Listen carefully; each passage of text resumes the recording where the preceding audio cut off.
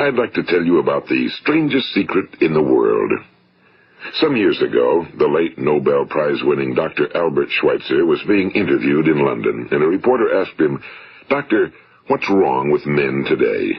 And the great doctor was silent a moment, and then he said, "Men simply don't think." It's about this that I want to talk with you. We live today in a golden age. This is an era that man has looked forward to, dreamed of, and worked toward for thousands of years. But since it's here, we pretty well take it for granted. We in America are particularly fortunate to live in the richest land that ever existed on the face of the earth, a land of abundant opportunity for everyone. But do you know what happens? Well, let's take 100 men who start even at the age of 25. Do you have any idea what will happen to those men by the time they're 65? These 100 men who all start even at the age of 25 believe they're going to be successful. If you ask any one of these men if he wanted to be a success, he'd tell you he did. And you'd notice that he was eager toward life, that there was a certain sparkle to his eye, an erectness to his carriage, and life seemed like a pretty interesting adventure to him. But by the time they're 65, 1 will be rich. 4 will be financially independent. 5 will still be working. 54 will be broke. Now think a moment. Out of the 100, only 5 make the grade. Now why do so many fail? What has happened to the sparkle that was there when they were 25? What's become of the dreams, the hopes, the plans? And why is there such a large disparity between what these men intended to do and what they actually accomplished? When we say about 5% achieve success, we have to define success. And here's the best definition I've ever been able to find. Success is the progressive realization of a worthy ideal. If a man is working toward a predetermined goal and knows where he's going, that man is a success. If he's not doing that, he's a failure. Success is the progressive realization of a worthy ideal. Rollo May, the distinguished psychiatrist, wrote a wonderful book called Man's Search for Himself. And in this book he says, the opposite of courage in our society is not cowardice. It is conformity. And there you have the trouble today. It's conformity, people acting like everyone else without knowing why, without knowing where they're going. Now think of it. In America right now, there are over 18 million people 65 years of age and older. And most of them are broke. They're dependent on someone else for life's necessities. Now, we learn to read by the time we're 7. We learn to make a living by the time we're 25. Usually by that time, we're not only making a living, we're supporting a family. And yet by the time we're 65, we haven't learned how to become financially independent in the richest land that has ever been known. Why? We conform. And the trouble is that we're acting like the wrong percentage group, the 95 who don't succeed. Now, why do these people conform? Well, they really don't know. These people believe that their lives are shaped by circumstances, by things that happen to them, by exterior forces. They're outer-directed people. A survey was made one time that covered a lot of men, working men, and these men were asked, "Why do you work? Why do you get up in the morning?" 19 out of 20 had no idea. If you ask them, they'll say, well, everyone goes to work in the morning, and that's the reason they do it, because everyone else is doing it. Now let's get back to our definition of success. Who succeeds? The only person who succeeds is the person who is progressively realizing a worthy ideal. He's the person who says, I'm going to become this, and then begins to work toward that goal. I'll tell you who the successful people are. A success is the school teacher who's teaching school because that's what he or she wants to do. The success is the woman who's a wife and mother because she wanted to become a wife and mother and is doing a good job of it. The success is the man who runs the corner gas station because that was his dream. That's what he wanted to do. The success is the successful salesman who wants to become a top-notch salesman and grow and build with his organization. A success is anyone who is doing deliberately a predetermined job because that's what he decided to do deliberately. But only 1 out of 20 does that. That's why today there isn't really any competition unless we make it for ourselves. Instead of competing, all we have to do is create. You know, for 20 years, I looked for the key which would determine what would happen to a human being. Was there a key I wanted to know which would make the future a promise that we could foretell to a large extent? Was there a key that would guarantee a person's becoming successful if he only knew about it and knew how to use it? Well, there is such a key, and I've found it. Have you ever wondered why so many men work so hard and honestly without ever achieving anything in particular, and others don't seem to work hard and yet seem to get everything? They seem to have the magic touch. You've heard them say that about someone. Everything he touches turns to gold. And have you ever noticed that a man who becomes successful tends to continue to become successful? And on the other hand, have you noticed how a man who's a failure tends to continue to fail? Well, it's because of goals. Some of us have goals, some don't. People with goals succeed because they know where they're going. It's that simple. Think of a ship leaving a harbor, and think of it with the complete voyage mapped out and planned. The captain and crew know exactly where it's going and how long it'll take. It has a definite goal. Now, 9,999 times out of 10,000, it will get to where it started out to get.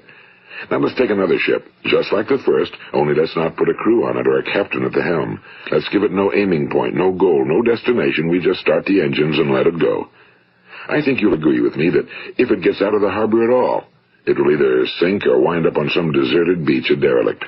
It can't go anyplace because it has no destination and no guidance, and it's the same with a human being. Take the salesman, for example.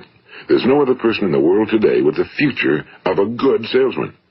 Selling is the world's highest paid profession, if we're good at it and if we know where we're going.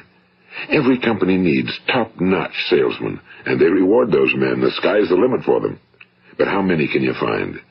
Someone once said the human race is fixed, not to prevent the strong from winning, but to prevent the weak from losing. The American economy today can be likened to a convoy in time of war. The entire economy is slowed down to protect its weakest link, just as the convoy had to go at the speed that would permit its slowest vessel to remain in formation.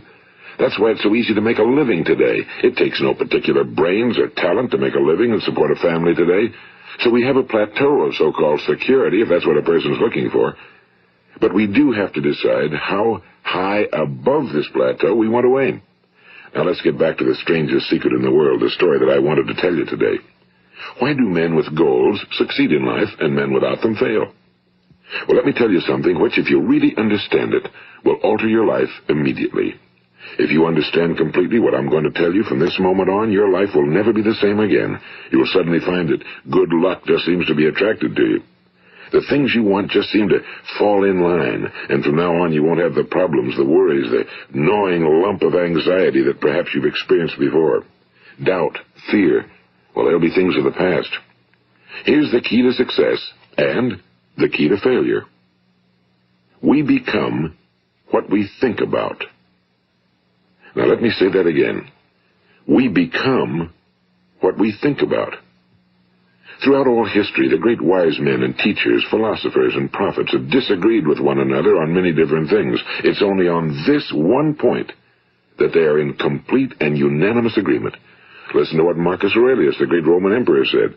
A man's life is what his thoughts make of it. Disraeli said this. Everything comes if a man will only wait. I've brought myself by long meditation to the conviction that a human being with a settled purpose must accomplish it, and that nothing can resist a will that will stake even existence for its fulfillment. Ralph Waldo Emerson said this, a man is what he thinks about all day long. William James said, the greatest discovery of my generation is that human beings can alter their lives by altering their attitudes of mind. And he also said, we need only in cold blood act as if the thing in question were real, and it will become infallibly real by growing into such a connection with our life that it will become real. It will become so knit with habit and emotion that our interest in it will be those which characterize belief. And he also said, if you only care enough for a result, you will almost certainly attain it. If you wish to be rich, you will be rich. If you wish to be learned, you will be learned. If you wish to be good, you will be good. Only you must then really wish these things and wish them exclusively, and not wish at the same time 100 other incompatible things just as strongly. In the Bible you read in Mark 9:23, if thou canst believe, all things are possible to him that believeth.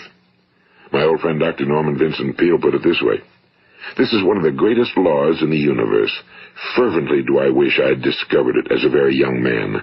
It dawned upon me much later in life, and I found it to be one of the greatest, if not my greatest discovery outside of my relationship to God. The great law, briefly and simply stated, is that if you think in negative terms, you will get negative results. If you think in positive terms, you will achieve positive results. That is the simple fact, he went on to say, which is at the basis of an astonishing law of prosperity and success. In 3 words, believe and succeed. William Shakespeare put it this way: our doubts are traitors and make us lose the good we oft might win by fearing to attempt. George Bernard Shaw said, people are always blaming their circumstances for what they are. I don't believe in circumstances. The people who get on in this world are the people who get up and look for the circumstances they want, and if they can't find them, make them. Well, that's pretty apparent, isn't it? And every person who discovered this for a while believed that he was the first one to work it out. We become what we think about. Now, it stands to reason that a person who's thinking about a concrete and worthwhile goal is going to reach it, because that's what he's thinking about, and we become what we think about. Conversely, the man who has no goal, who doesn't know where he's going, and whose thoughts must therefore be thoughts of confusion and anxiety and fear and worry, becomes what he thinks about. His life becomes one of frustration and fear and anxiety and worry. And if he thinks about nothing, he becomes nothing. Now, how does it work? Why do we become what we think about? Well, I'll tell you how it works as far as we know. Now, to do this, I want to tell you about a situation that parallels the human mind. Suppose a farmer has some land, and it's good fertile land. Now, the land gives the farmer a choice. He may plant in that land whatever he chooses. The land doesn't care. It's up to the farmer to make the decision. Now, remember, we're comparing the human mind with the land because the mind, like the land, doesn't care what you plant in it. It will return what you plant, but it doesn't care what you plant. Now, let's say that the farmer has 2 seeds in his hand. One is a seed of corn. The other is nightshade, a deadly poison. He digs 2 little holes in the earth, and he plants both seeds, one corn, the other nightshade. He covers up the holes, waters, and takes care of the land, and what will happen? Invariably, the land will return what's planted. As it's written in the Bible, as ye sow, so shall ye reap. Now remember, the land doesn't care. It'll return poison in just as wonderful abundance as it will corn. So up come the 2 plants, one corn, one poison. Now, the human mind is far more fertile, far more incredible and mysterious than the land, but it works the same way. It doesn't care what we plant. Success, failure. A concrete, worthwhile goal, or confusion. Misunderstanding, fear, anxiety, and so on. But what we plant, it must return to us. You see, the human mind is the last great unexplored continent on Earth. It contains riches beyond our wildest dreams. It will return anything we want to plant. Now, you might say, well, if that's true, why don't people use their minds more? Well, I think they figured out an answer to that one, too. Our mind comes as standard equipment at birth. It's free, and things that are given to us for nothing we place little value on. Things that we pay money for, we value. The paradox is that exactly the reverse is true. Everything that's really worthwhile in life came to us free. Our minds, our souls, our bodies, our hopes, our dreams, our ambitions, our intelligence, our love of family and children and friends and country, all these priceless possessions are free. But the things that cost us money are actually very cheap and can be replaced at any time. A good man can be completely wiped out and make another fortune. He can do that several times. Even if our home burns down, we can rebuild it. But the things we got for nothing, we can never replace. The human mind isn't used because we take it for granted. Familiarity breeds contempt. It can do any kind of job we assign to it, but generally speaking, we use it for little jobs instead of big, important ones. Universities have proved that most of us are operating on about 10% or less of our abilities. So decide now, what is it you want?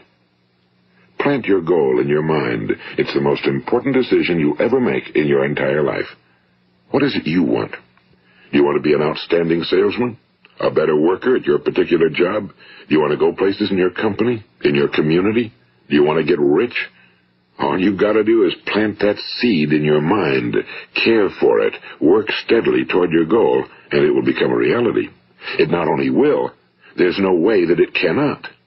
You see, that's a law, like the laws of Sir Isaac Newton, the laws of gravity. If you get on top of a building and jump off, you'll always go down. You'll never go up, and it's the same with all the other laws of nature.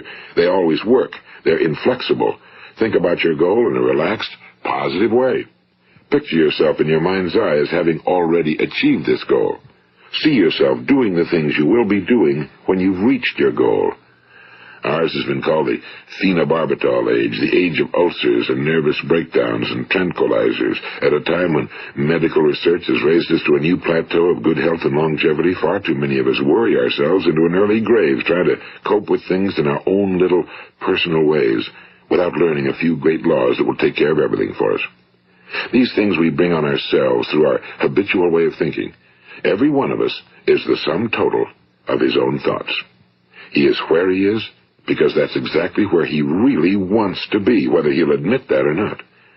Each of us must live off the fruit of his thoughts in the future, because what you think today and tomorrow, next month and next year, will mold your life and determine your future. You're guided by your mind. I remember one time I was driving through eastern Arizona, and I saw one of those giant earth-moving machines roaring along the road at about 35 miles an hour with what looked like 30 tons of dirt in it. A tremendous, incredible machine, and there was a little man perched way up on top with the wheel in his hands guiding it. And as I drove along, I was struck by the similarity of that machine to the human mind. Just suppose you're sitting at the controls of such a vast source of energy. Are you going to sit back and fold your arms and let it run itself into a ditch? Or are you going to keep both hands firmly on the wheel and control and direct this power to a specific, worthwhile purpose? It's up to you. You're in the driver's seat. You see, the very law that gives us success is a two-edged sword. We must control our thinking. The same rule that can lead a man to a life of success, wealth, happiness, and all the things he ever dreamed of for himself and his family. That very same law can lead him into the gutter. It's all in how he uses it, for good or for bad. This is the strangest secret in the world. Now, why do I say it's strange, and why do I call it a secret? Actually, it isn't a secret at all. It was first promulgated by some of the earliest wise men, and it appears again and again throughout the Bible, but very few people have learned it, understand it. That's why it's strange, and why for some equally strange reason it virtually remains a secret. I believe that you could go out and walk down the main street of your town and ask one man after another what the secret of success is, and you probably wouldn't run into one man in a month who could tell you. Now, this information is enormously valuable to us if we really understand it and apply it.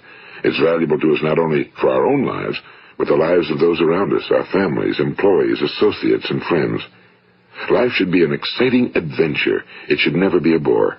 A man should live fully, be alive. He should be glad to get out of bed in the morning. He should be doing a job he likes to do because he does it well. One time I heard Grove Patterson, the great late editor-in-chief of the Toledo Daily Blade, make a speech, and as he concluded his speech, he said something I've never forgotten. He said, "My years in the newspaper business have convinced me of several things. Among them, that people are basically good, and that we came from someplace, and we're going someplace. So we should make our time here an exciting adventure. The architect of the universe didn't build a stairway leading nowhere." And the greatest teacher of all, the carpenter from the plains of Galilee, gave us the secret time and time again. As ye believe, so shall it be done unto you. I've explained the strangest secret in the world and how it works. Now, on this side, I want to explain how you can prove to yourself the enormous returns possible in your own life by putting this secret to a practical test. I want you to make a test that will last 30 days. It isn't going to be easy, but if you'll give it a good try, it will completely change your life for the better. Now, back in the 17th century, Sir Isaac Newton, the English mathematician and natural philosopher, gave us some natural laws of physics which apply as much to human beings as they do to the movement of bodies in the universe. And one of these laws is that for every action, there is an equal and opposite reaction. Simply stated, as it applies to you and me, it means we can achieve nothing without paying the price. The results of your 30-day experiment will be in direct proportion to the effort you put forth. To be a doctor, you must pay the price of long years of difficult study. To be successful in selling, and remember that each of us succeeds to the extent of his ability to sell. Selling our families on our ideas, selling education in schools, selling our children on the advantages of living the good and honest life, selling our associates and employees on the importance of being exceptional people. To, of course, the profession of selling itself. But to be successful in selling our way to the good life, we must be willing to pay the price. Now, what is that price? Well, it's many things. First, it's understanding emotionally, as well as intellectually, that we literally become what we think about, that we must control our thoughts if we're to control our lives. It's understanding fully that as ye sow, so shall ye reap. Second, it's cutting away all fetters from the mind and permitting it to soar as it was divinely designed to do. It's the realization that your limitations are self-imposed and that the opportunities for you today are enormous beyond belief. It's rising above narrow-minded pettiness and prejudice. And third, it's using all your courage to force yourself to think positively on your own problem, to set a definite and clearly defined goal for yourself, to let your marvelous mind think about your goal from all possible angles, to let your imagination speculate freely upon many different possible solutions, to refuse to believe that there are any circumstances sufficiently strong to defeat you in the accomplishment of your purpose, to act promptly and decisively when your course is clear, and to keep constantly aware of the fact that you are, at this moment, standing in the middle of your own acres of diamonds, as Russell Conwell used to point out. And fourth, save at least 10% of every dollar you earn. It's also remembering that no matter what your present job, it has enormous possibilities, if you're willing to pay the price. Now let's just go over the important points in the price each of us must pay to achieve the wonderful life that can be ours. It is, of course, worth any price. 1. You will become what you think about. 2. Remember the word imagination and let your mind begin to soar. 3. Courage. Concentrate on your goal every day. 4. Save 10% of what you earn. And 5. Action. Ideas are worthless unless we act on them. Now, I'll try to outline the 30-day test I want you to make. Keep in mind that you have nothing to lose by making this test and everything you could possibly want to gain. There are 2 things that may be said of everyone. Each of us wants something, and each of us is afraid of something. I want you to write on a card what it is you want more than anything else. It may be more money. Perhaps you'd like to double your income or make a specific amount of money. It may be a beautiful home. It may be success at your job. It may be a particular position in life. It could be a more harmonious family. Each of us wants something. Now write down on your card specifically what it is you want. Make sure it's a single goal and clearly defined. You needn't show it to anyone, but carry it with you so that you can look at it several times a day. Think about it in a cheerful, relaxed, positive way each morning when you get up, and immediately you have something to work for, something to get out of bed for, something to live for. Look at it every chance you get during the day and just before going to bed at night. And as you look at it, remember that you must become what you think about, and since you're thinking about your goal, you realize that soon it will be yours. In fact, it's yours really the moment you write it down and begin to think about it. Look at the abundance all around you as you go about your daily business. You have as much right to this abundance as any other living creature. It's yours for the asking. Now we come to the difficult part. Difficult because it means the formation of what is probably a brand new habit, and new habits are not easily formed. Once formed, however, it will follow you for the rest of your life. Stop thinking about what it is you fear.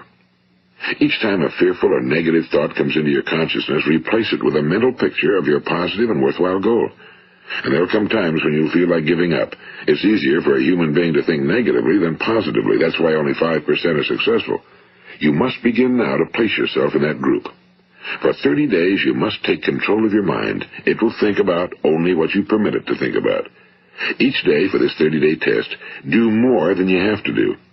In addition to maintaining a cheerful, positive outlook, give of yourself more than you've ever done before. Do this knowing that your returns in life must be in direct proportion to what you give. The moment you decide on a goal to work toward, you're immediately a successful person. You are then in that rare and successful category of people who know where they're going. Out of every 100 people, you belong to the top 5. Don't concern yourself too much with how you're going to achieve your goal. Leave that completely to a power greater than yourself. All you have to do is know where you're going. The answers will come to you of their own accord and at the right time. Remember these words from the Sermon on the Mount, and remember them well. Keep them constantly before you this month of your test. Ask, and it shall be given you. Seek, and ye shall find. Knock, and it shall be opened unto you. For every one that asketh receiveth, and he that seeketh findeth, and to him that knocketh it shall be opened. It's as marvelous and as simple as that. In fact, it's so simple that in our seemingly complicated world, it's difficult for an adult to understand that all he needs is a purpose and faith. For 30 days, do your very best. If you're a salesman, go at it as you've never done before, not in a hectic fashion, but with the calm, cheerful assurance that time well spent will give you the abundance in return you deserve and want. If you're a homemaker, devote your 30-day test to completely giving of yourself without thinking about receiving anything in return, and you'll be amazed at the difference it makes in your life. No matter what your job, do it as you've never done it before for 30 days. And if you've kept your goal before you every day, you'll wonder and marvel at this new life you've found. Dorothea Brand, the outstanding editor and writer, discovered it for herself and tells about it in her fine book, Wake Up and Live. Her entire philosophy is reduced to the words, act as though it were impossible to fail. She made her own test with sincerity and faith, and her entire life was changed to one of overwhelming success. Now, you make your test for 30 full days. Don't start your test until you've made up your mind to stick with it. You see, by being persistent, you're demonstrating faith. Persistence is simply another word for faith. If you didn't have faith, you'd never persist. If you should fail during your first 30 days, by that I mean suddenly find yourself overwhelmed by negative thoughts, you've got to start over again from that point and go 30 more days. Gradually, your new habit will form until you find yourself one of that wonderful minority to whom virtually nothing is impossible. And don't forget the card. It's vitally important as you begin this new way of living. On one side of the card, write your goal, whatever it may be. On the other side, write the words we've quoted from the Sermon on the Mount. Ask, and it shall be given you. Seek, and ye shall find. Knock, and it shall be opened unto you. Nothing great was ever accomplished without inspiration. See that during these crucial first 30 days, your own inspiration is kept at a peak. And above all, don't worry. Worry brings fear, and fear is crippling. The only thing that can cause you to worry during your test is trying to do it all yourself. Know that all you have to do is hold your goal before you. Everything else will take care of itself. Remember also to keep calm and cheerful. Don't let petty things annoy you and get you off course. Now, since making this test is difficult, some will say, why should I bother? Well, look at the alternative. No one wants to be a failure. No one really wants to be a mediocre individual. No one wants a life constantly filled with worry and fear and frustration. Therefore, remember that you must reap that which you sow. If you sow negative thoughts, your life will be filled with negative things. If you sow positive thoughts, your life will be cheerful, successful, and positive. Now, gradually, you will have a tendency to forget what you've heard on this recording. Play it often. Keep reminding yourself of what you must do to form this new habit. Gather your whole family around at regular intervals and listen to what's been said here. You know, most men will tell you that they want to make money without understanding the law. The only people who make money work in a mint. The rest of us must earn money. This is what causes those who keep looking for something for nothing or a free ride to fail in life. The only way to earn money is by providing people with services or products which are needed and useful. We exchange our time and our product or service for the other man's money. Therefore, the law is that our financial return will be in direct proportion to our service. Now, success is not the result of making money. Making money is the result of success, and success is in direct proportion to our service. Most people have this law backwards. They believe that you're successful if you earn a lot of money. The truth is that you can only earn money after you're successful. It's like the story of the man who sat in front of the stove and said to it, give me heat, and then I'll add the wood. How many men and women do you know, or do you suppose there are today, who take the same attitude toward life? There are millions. We've got to put the fuel in before we can expect heat. Likewise, we've got to be of service first before we can expect money. Don't concern yourself with the money. Be of service, build, work, dream, create. Do this, and you'll find there's no limit to the prosperity and abundance that will come to you. Prosperity, you know, is founded upon a law of mutual exchange. Any person who contributes to prosperity must prosper in turn himself. Sometimes the return will not come from those you serve, but it must come to you from someplace, because that's the law. For every action, there is an equal and opposite reaction. As you go daily through your 30-day test period, remember that your success will always be measured by the quality and quantity of service you render, and money is a yardstick for measuring this service. No man can get rich himself unless he enriches others. Now, there are no exceptions to a law. You can drive down any street in America and from your car estimate the service that's being rendered by the people living on that street. Had you ever thought of this yardstick before? It's interesting. Some, like ministers and priests and other devoted people, measure their returns in the realm of the spiritual, but again, their returns are equal to their service. Once this law is fully understood, any thinking person can tell his own fortune. If he wants more, he must be of more service to those from whom he receives his return. If he wants less, he has only to reduce his service. This is the price you must pay for what you want. If you believe you can enrich yourself by deluding others, you can end only by deluding yourself. It may take some time, but just as surely as you breathe, you'll get back what you put out. Don't ever make the mistake of thinking you can avert this. It's impossible. The prisons and the streets where the lonely walk are filled with people who tried to make new laws just for themselves. We may avoid the laws of man for a while, but there are greater laws that cannot be broken. An outstanding medical doctor recently pointed out 6 steps that will help you realize success. 1. Set yourself a definite goal. 2. Quit running yourself down. 3. Stop thinking of all the reasons why you cannot be successful and instead think of all the reasons why you can. 4.